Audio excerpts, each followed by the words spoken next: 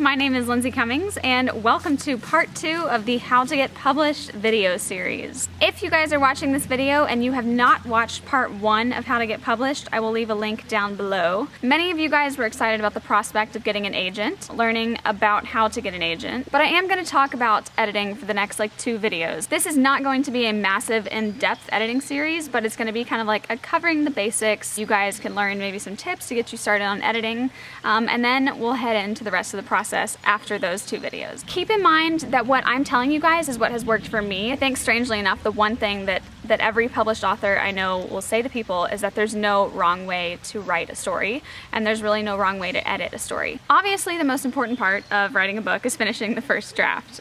You can't really edit a book if you haven't completed said book. Beyond that, you have to realize that a book is not done just because you've typed the last words on the manuscript. The fun is only just beginning after draft 1 is done. Editing a book is very important before you send it out to agents because you need it to be in as clean of shape as possible before those agents get their hands on the story. You only have one shot to impress them, and so you really want to make sure that you take the time to actually dive into your book and just tear it apart. The first thing that I do when I'm finished with a book is I get the heck away from it. If you're like me and you're on a time crunch, you work under deadlines, you might not have very much time to get away from the book. I often have about 4 months to get a book drafted and then sent into my editor. But it's really important not to miss the step of allowing your brain to just kind of settle and clear. Your brain, your creative brain, is kind of like a well that holds creative water. And when you're drafting a book, when you're typing out a story, you're constantly pulling things from that well. You're just draining it slowly until it's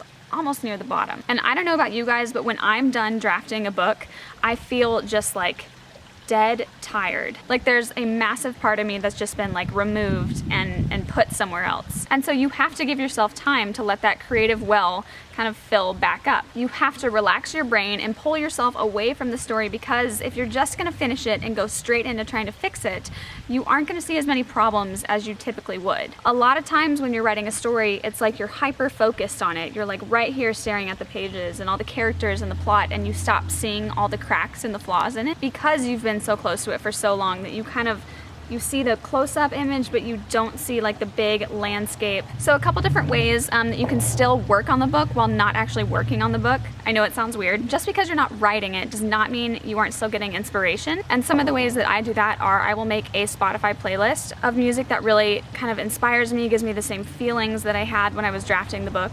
I will get on Pinterest or DeviantArt and I will look up concept art, amazing images that really kind of resonate with me, remind me of my characters, remind me of different plot points. I'll actually binge watch a TV show if it kind of has the same feel, or I'll watch movies that have the same feel. Keep yourself in, that special headspace that you allowed yourself to get into when you were drafting the story, but still do that while you're not actually working on it. After you feel like your creative well has filled back up, you've allowed your brain to just kind of chill for a little bit, it is time for you to go back into the book. And I read the book completely from start to finish, and I take notes on it while I'm doing it. And if you're like me, as you are reading this draft, initially you're going to realize that it sucks.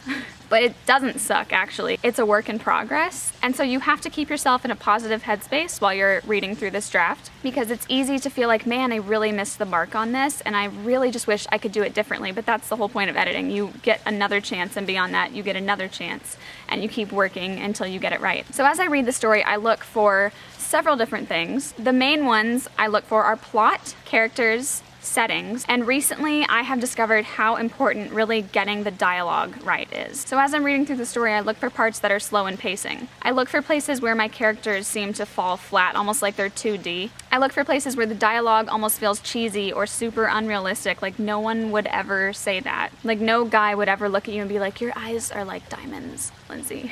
Is every little bit of the story driving it all towards the end goal? Is it exciting? Are you interested in turning the pages of it? Does the world that this book is in actually feel like a real tangible place that you could go to and walk around? If it feels slow and if it feels boring while you're reading it, then it probably is. And one of the most important things that I learned, again, I'm going to echo Susan Dennard, is she has this amazing post where she talks about magical cookies, and this completely changed my writing life, specifically in the past like 6 months as I've been drafting something new and exciting, and as Sasha and I have been working on Zenith. But the magical cookie scenes are the things that you are so passionately excited about that you envisioned, like when you were ready to start writing this story, you were like, man, I can't wait to have that like epic action scene. I can't wait to have that like almost kiss. And you look for those moments in the story, and if you miss them, then you can remember that as you're going back through, you can actually add those things in. The third thing I do is as I'm reading, I take tons and tons of notes. I have a notebook for every book that I work on, and I actually like completely fill the thing up. Often I will write down timelines of what's happening in this draft that I have. If a scene is not important, if it's one of those like random bunny trails that I followed as I was drafting out the story, then I'll cut that scene. If a scene is slow, then I take notes on how I can really ramp it up. And if a character feels flat, I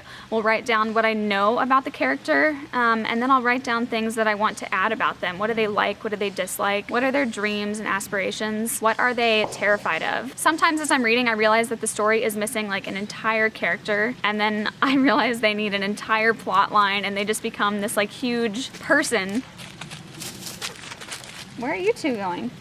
And then when I'm done with all of that, when my brain feels completely fried and I feel really, really discouraged and I feel like the book sucks, I realize that I need to come up with a game plan. But I am running out of battery. So next week, you guys, I'm gonna do my best to record it. In the midst of crazy tight Zenith deadlines that I have, I'm actually in the editing process myself, so I'm right there with you guys. But I'm gonna talk about how you can actually take all those thoughts that you have and then really apply them into the manuscript in a way that doesn't feel completely impossible. Thanks for watching, you guys.